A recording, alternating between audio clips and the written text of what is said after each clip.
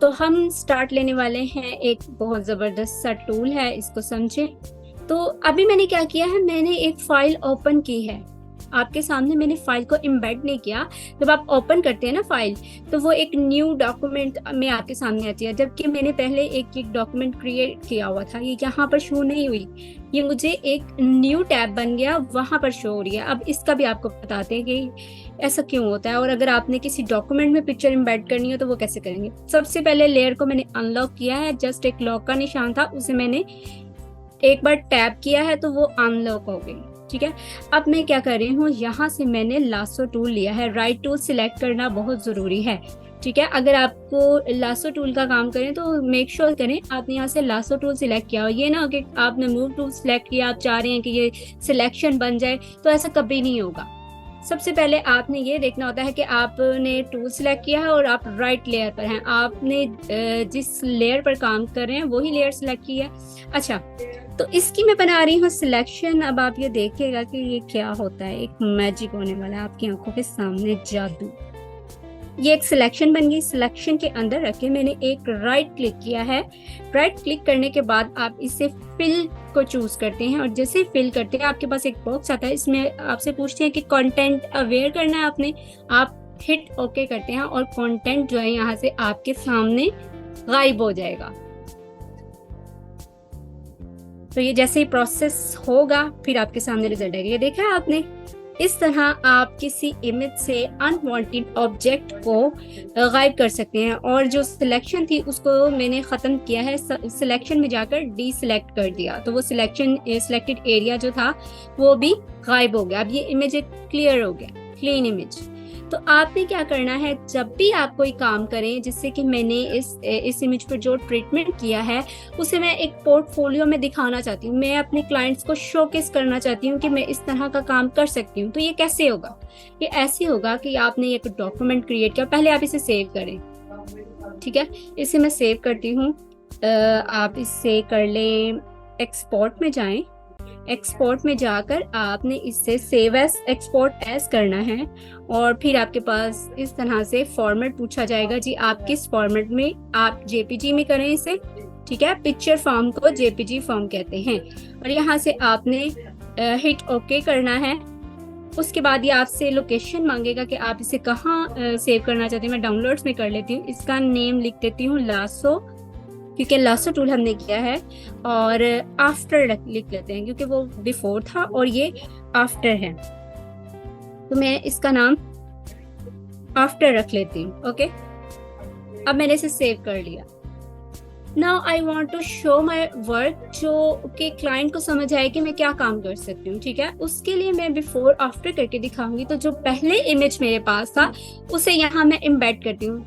याद रखिए कि पहले हमने ओपन किया था, लेकिन अब हम इसी डॉक्यूमेंट का हिस्सा बनाना चाह रहे हैं, यहाँ पर लाना चाह रहे हैं, हम न्यू टैब में ओपन नहीं करना चाहते। तब आपने प्लेस एम्बेड करना है। तो जैसे ही मैंने प्लेस एम्बेड किया, अब यहाँ पर मुझे ये पिक्चर जो मेरी पहले पिक्चर थी उसको मैं प्लेस करती हूँ। तो ये पिक्चर आपके पास आ गई, यहाँ पर आप इसको रखते।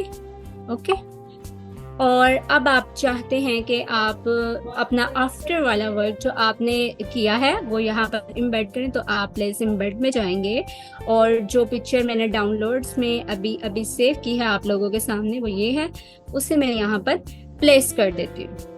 ठीक है, तो इस तरह से हम क्लाइंट को अपना वर्क दिखा सकते हैं कि हम किस तरह का काम कर सकते हैं। और कुछ स्टूडेंट्स डेमो सेशन में पूछ रहे थे कि वो अपना पोर्टफोलियो कैसे क्रिएट करेंगे, तो इस तरह से हम अपना पोर्टफोलियो क्रिएट करेंगे। अब मैं क्या करती हूँ, इस पर थोड़ा सा लिख देती हूँ ना, कि अगर कोई बिगनर मेरी प्रोफाइल पर आया है मेरा पोर्टफोलियो देखने, तो उसे आइडिया हो कि बेसिकली मैं क्या बताना चाह रही हूँ।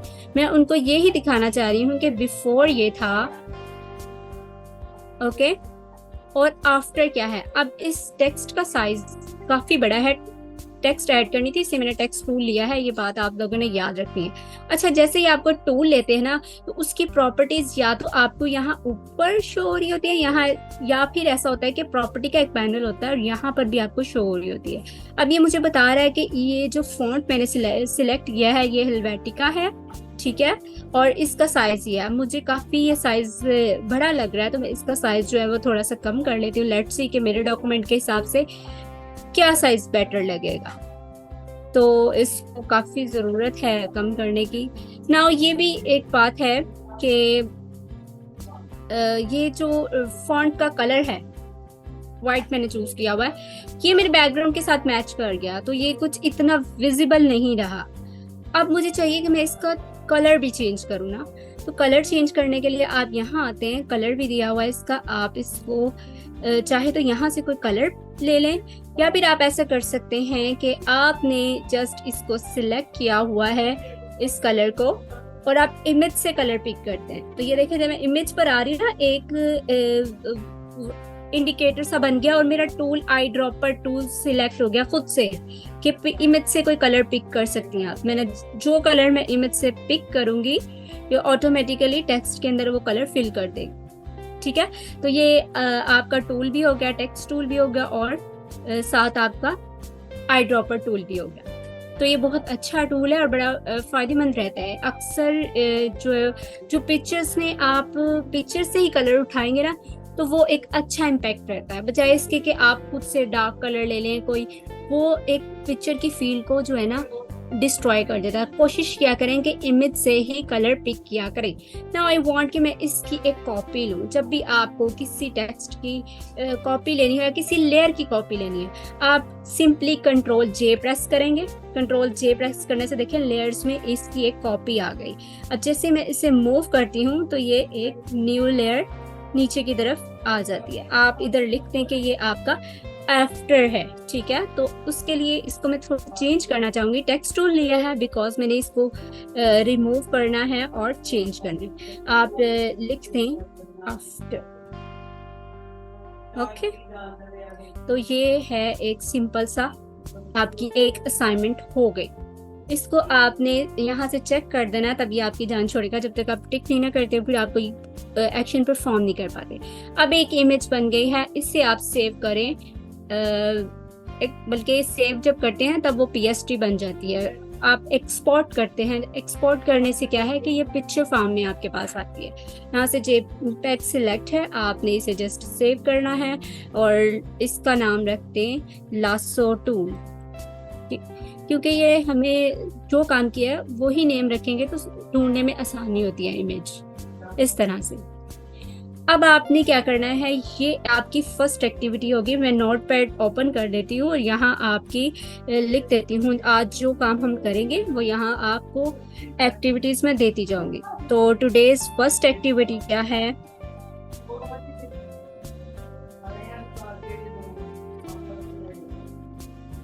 एक्टिविटी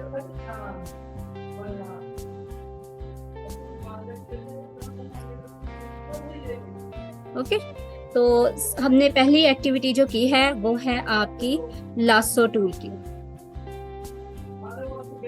ठीक है, क्या हो रहा है, वर्क नहीं कर रहा, ऐसे लिख देती हूँ। मैम ये जो असाइनमेंट है ये हम ग्रुप में तो सबमिट कराएंगे ही कराएंगे, क्या हम इसको अपनी प्रोफाइल पे, मतलब जैसे इंस्टा पे अगर हम कोई इस तरह का पेज बनाते हैं बिल्कुल अपना, बिल्कुल, ताकि आगे हमें मार्केटिंग में, तो वहां पे हम पोस्ट कर सकते हैं। बिल्कुल ये आपको सिखाया जाएगा। आपने इस चीज से इसकी आपने टेंशन नहीं लेनी, ये हमारा हेडेक है और आपको प्रॉपर तरीके से पोर्टफोलियो मार्केटिंग ये सब कुछ सिखाया जाएगा। आप इस चीज की फिक्र नहीं करें। अभी आप एक्टिविटीज और टूल्स की तरफ ध्यान दें कि आपने किस तरह परफॉर्म करना है। बिकॉज जब आपकी एक्टिविटीज होंगी, आपने कोई काम किया होगा अच्छे तरीके से जैसे टीचर ने आपको सिखाया है, फिर ही आप वो मार्केट में जाके सेल करेंगे ना। तो और ये चीज भूल जाए, मार्केटिंग भी आपको सिखाएंगे, आपने इस चीज के बारे में नहीं सोचना। अभी आप टूल सीखें बस। अच्छा, तो एक टूल आपका कंप्लीट है और मैं यहाँ पर क्या करती हूँ, अब न्यू टूल की तरफ चलते हैं। Let me open a picture over here.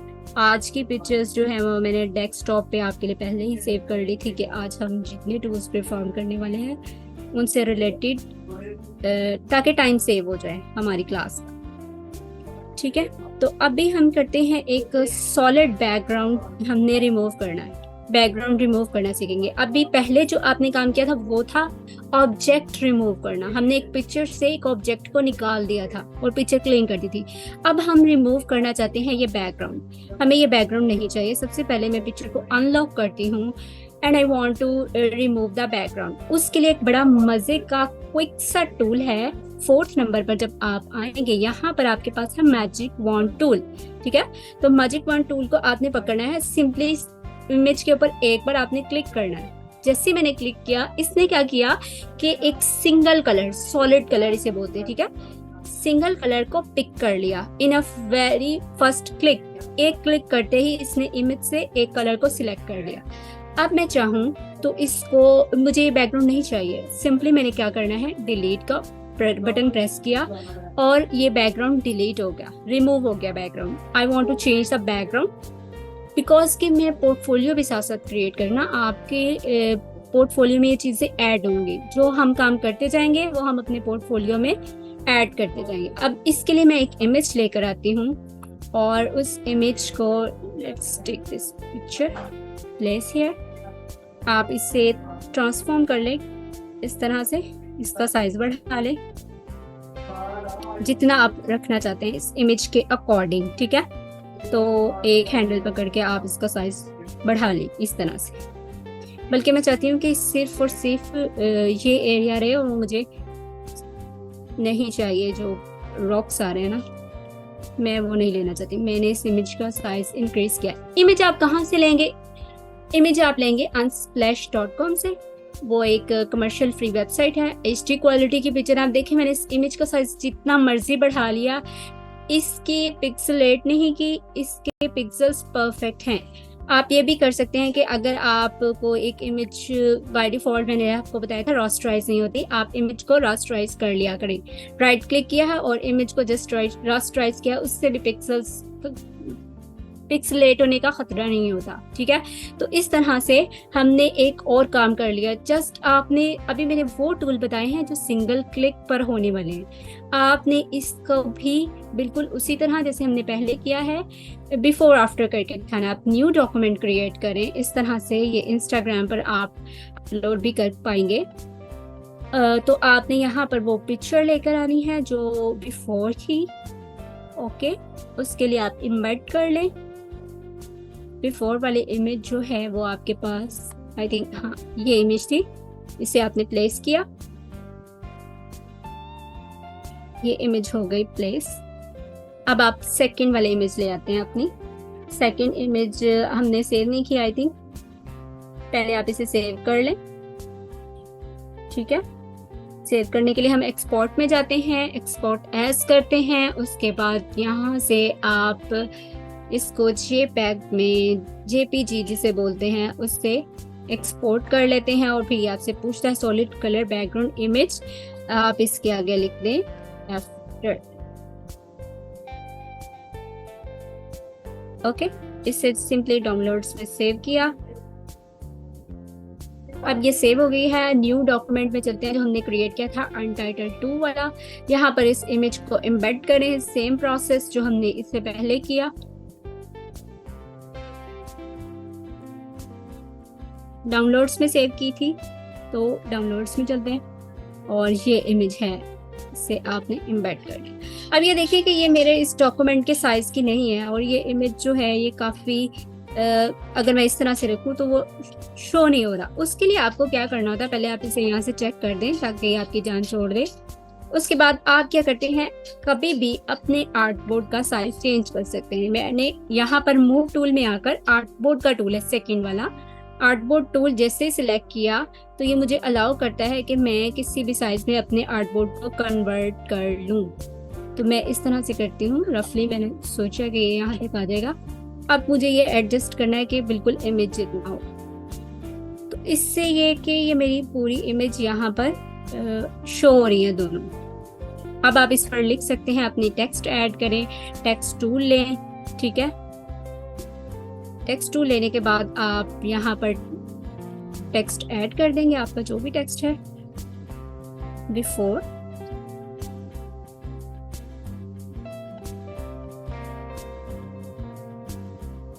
Caps lock work नहीं कर रहा, ठीक है, और इसका कलर देख लें। आई थिंक कि मुझे इस पर जैसे मैं क्लिक करूँगी तो यहाँ से आई ड्रॉप पर लिया मैंने, शर्ट से ही कलर पिक करते, बजाय इसके कि आप कोई रंग बिरंगे काला नीला वो जो होता है ना खट्टे गोला गड्ढा ना बनाइएगा। कंट्रोल जे करना है। और बास स्टूडेंट्स ना ऐसे करते हैं, बड़ा प्यारा लगेगा, ब्लू भी ले लें, येलो भी ले लें, और इतने ज़्यादा कलर लेकर, तो उससे ये कि एक आँख को वो चीज़ अच्छी नहीं लगती, वो फोकस नहीं रहता। ठीक है, तो कलर्स कोशिश किया करें कि आप अपने इमेज से ही पिक करें। अभी मुझे ये फील हो रहा है कि ये जो रेड कलर है ये इस इमेज के अकॉर्डिंग नहीं जा रहा, तो आप इसको चेंज भी कर सकते हैं, इसका कलर चेंज करें, बिकॉज ये बिल्कुल भी एक अच्छा कलर नहीं लग रहा है। इस पर आई थिंक वाइट सूट करेगा।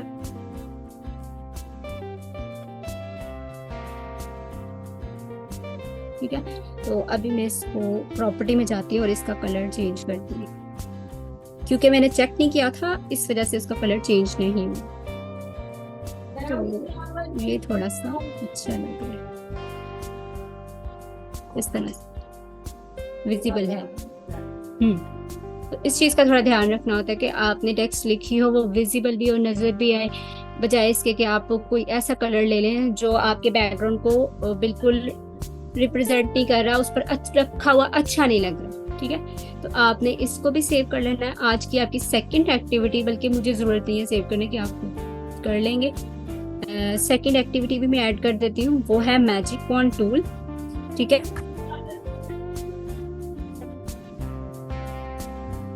तो आपने मैजिक वॉन्ड टूल ट्राई करना है।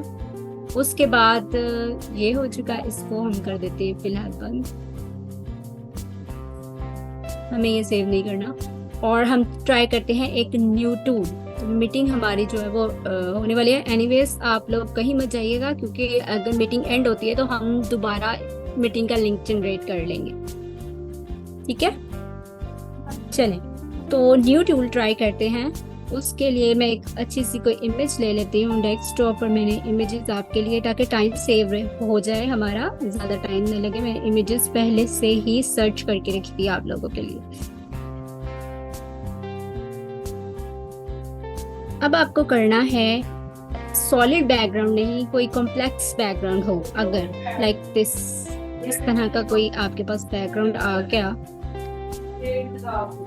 बल्कि ये हिल सैचुरेशन के लिए इमेज है, ये बेटर इमेज नहीं है, मैं कोई और अच्छा इमेज लेती हूँ।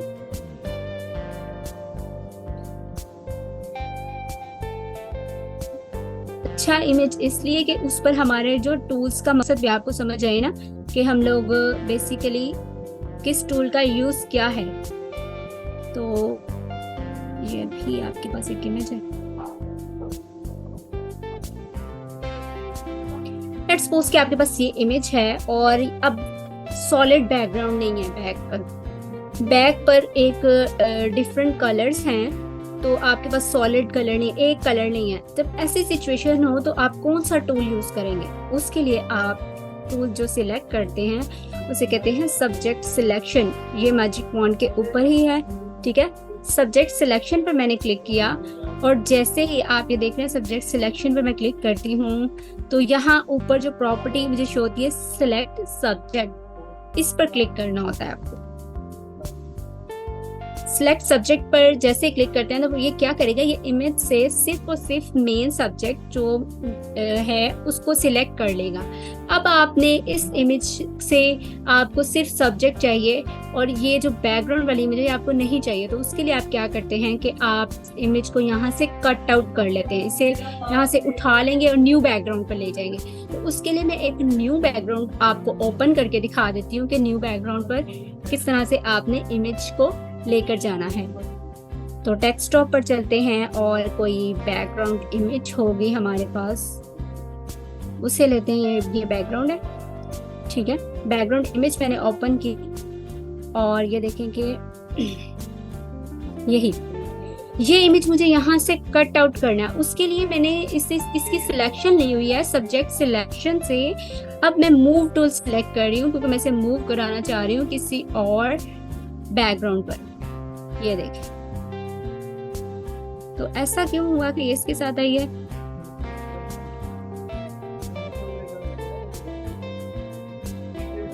क्योंकि मैंने इमेज को ही मूव करा लिया। और ये बात आपको बतानी याद नहीं रही कि पहले आप जब रास्टराइज नहीं करते ना तो वो एडिटेबल नहीं इमेज रहती, तो रास्टराइज कर लें फिर ये आपको एडिटेबल रहती है। ठीक है, आप इसे कहीं भी मूव कर सकते हैं। मैं इसे इस बैकग्राउंड पर ले आती हूँ और कंट्रोल टी कर लेते हैं। कंट्रोल टी फॉर ट्रांसफॉर्मेशन, मतलब आप इसको चेंज करें। अच्छा, तो इसका साइज मैं बढ़ा रही हूँ। इमेज छोटे साइज में है और बैकग्राउंड का साइज काफी बड़ा है। तो अब ये हुआ कि हमने एक कॉम्प्लेक्स बैकग्राउंड से भी इमेज निकाल लिया। और किसकी हेल्प से? Subject selection. सब्जेक्ट सिलेक्शन का मतलब ये होता है कि इमेज से किसी सब्जेक्ट को सिलेक्ट करना। ओके, तो एक इमेज आपकी होगी, ये भी आपने बिफोर आफ्टर करके दिखानी है। अब मैं आपकी एक्टिविटी में से ऐड कर देती हूँ सब्जेक्ट सिलेक्शन।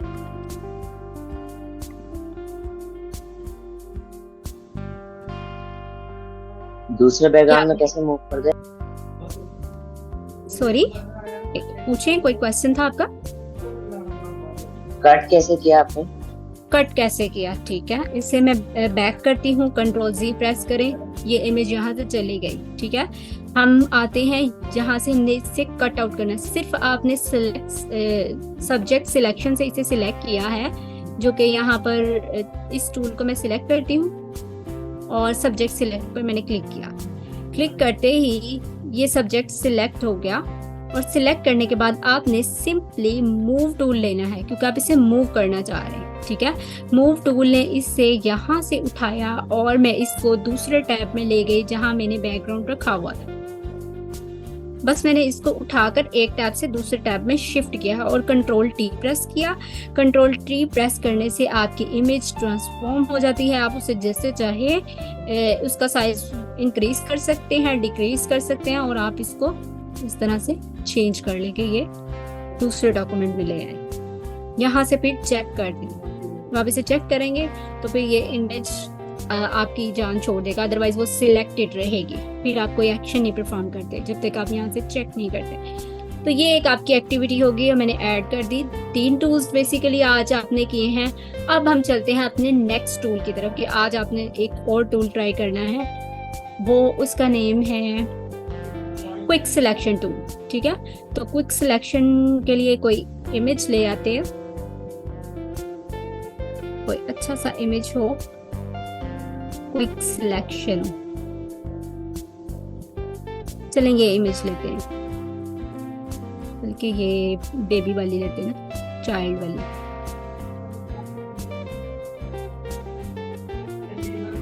इसे मैंने ओपन किया। ये ऑलरेडी ओपन है, दैट्स वाई ये यहाँ ओपन नहीं हो रही। मैं इसको पहले एक बार क्लोज कर देती हूँ ताकि वो इमेज मेरे सामने आए। तो एक बार फिर से मैं इसे ओपन करती हूँ और चलते हैं हमारे टुडेज इमेज में। यहाँ पर चाइल्ड वाली ये जो इमेज है, इसमें मैं आपको क्विक सिलेक्शन का कैसे वर्क करता है टूल। यहाँ पर अपना टूल चेंज कर लेते हैं हम। क्विक सिलेक्शन चूज किया है मैंने, और मैं चाहती हूँ कि ये जो बेबी है ना, इसकी शर्ट सिलेक्ट हो, पूरा नहीं, मुझे सब्जेक्ट नहीं सिलेक्ट करना, मुझे कुछ इसमें से स्पेसिफिक पार्ट को सिलेक्ट करना है। ठीक है, तो स्पेसिफिक पार्ट क्या है? इसकी शर्ट है। जैसे ही मैं इस पर क्लिक कर रही हूँ तो ये शर्ट को इंडिकेट कर रहा है, फौरन से सिलेक्शन बना रहा है। अब ये इसका डिफरेंस देखें, ये व्हाइट कलर को भी सिलेक्ट कर रहा है, पर्पल को भी कर रहा है, मिक्स है। मैजिक वन टूल सिर्फ व्हाइट कलर को करता, सिंगल कलर को करता। क्विक सिलेक्शन ये है कि आप जहां पर इसे ड्रैग करेंगे ये वहां से सिलेक्शन बना लेगा। ये फिक्र नहीं करता कि आप इसको क्या कहते हैं, सिंगल कलर हो या मल्टीपल कलर हो। इसमें बस आपने सिलेक्शन बनानी होती है जितने एरिया की आप चाहते हैं। ठीक है, तो अब मुझे ये लगता है कि यहाँ से कुछ सिलेक्शन रह गया, लेकिन मेरा ब्रश का साइज काफी बड़ा है, तो इसका साइज जो है मुझे डिक्रीज करना है। आप ऊपर देखें, यहाँ पर ना 3 ब्रशेस चल रहे हैं, एक सिलेक्शन का है, एक ऐड सिलेक्शन, आप कोई सिलेक्शन ऐड करना चाह रहे हैं, एक माइनस सिलेक्शन, और यहाँ पर ब्रश का साइज है। तो अभी क्या है कि ये ऐड सिलेक्शन मुझे करनी है, जितनी सिलेक्शन मैंने बना ली उसमें कुछ न्यू सिलेक्शन ऐड करनी है, मगर साइज जो ब्रश का बड़ा था उसे मैंने छोटा कर लिया। तो अब ये थोड़ा ठीक है। और मैं क्या करती हूँ, अपने अच्छी रिजल्ट के लिए, अच्छी सिलेक्शन बनाने के लिए अपनी पिक्चर को जूम कर लेती हूँ। कंट्रोल और प्लस मैंने प्रेस किया है तो ये पिक्चर जो है वो जूम इन हो गई है। अब मैं अच्छे से सिलेक्शन बना सकूंगी। ऐड सिलेक्शन मैंने चूज किया और जितनी सिलेक्शन बना ली उसमें मैं न्यू सिलेक्शन को ऐड कर दूंगी। अब जरा इसे चेक कर लें कि कोई एरिया रह नहीं जाएगा। ठीक है, इस तरह से आपने सिलेक्शन बना ली। बल्कि अब मुझे फील हो रहा है कि इसमें जो कुछ एरिया है मुझे उसको माइनस करना है, जैसे ये ब्लैक वाला, तो मैंने माइनस वाला ब्रश चूज किया और सिलेक्शन को माइनस कर रही हूँ। ठीक है, आई थिंक ये थोड़ा परफेक्ट हो गया है। कंट्रोल 0 से आपकी स्क्रीन जो है इमेज जो है वो फिट टू स्क्रीन आ जाएगी। ठीक है, जूम इन जूम आउट से आप बाहर आ जाएंगे। उसके बाद आपने सिलेक्शन बना ली। इस सिलेक्शन का हम क्या करेंगे, क्विक सिलेक्शन से आप सिलेक्शन लेते हैं कुछ स्पेसिफिक एरिया के। मैं क्या करती हूँ, इसकी शर्ट का कलर चेंज करके देखती हूँ। उसके लिए हमें जाना होगा, ये जो 4th वाला टूल है बैकग्राउंड लेयर के अंदर, यहाँ पर आपने चूज करना है ह्यू सैचुरेशन। ह्यू सैचुरेशन करते ही क्या हुआ, इस इमेज के ऊपर जो सिलेक्शन थी सिर्फ और सिर्फ इसकी टी शर्ट का सिलेक्टेड एरिया के ऊपर मार्क्स आ गया। ठीक है, अब ये पूरी इमेज है लेकिन इस वक्त जो इमेज में सिलेक्टेड एरिया है वो उतना ही है जिसकी हमने सिलेक्शन बनाई थी। मैं इसका कलर चेंज करके देखती हूँ। जैसे ये स्लाइडर्स मैं मूव करती हूँ तो देखिएगा कि ये इमेज की ये जो बेबी है उसकी टी शर्ट का कलर जो है वो चेंज हो रहा है।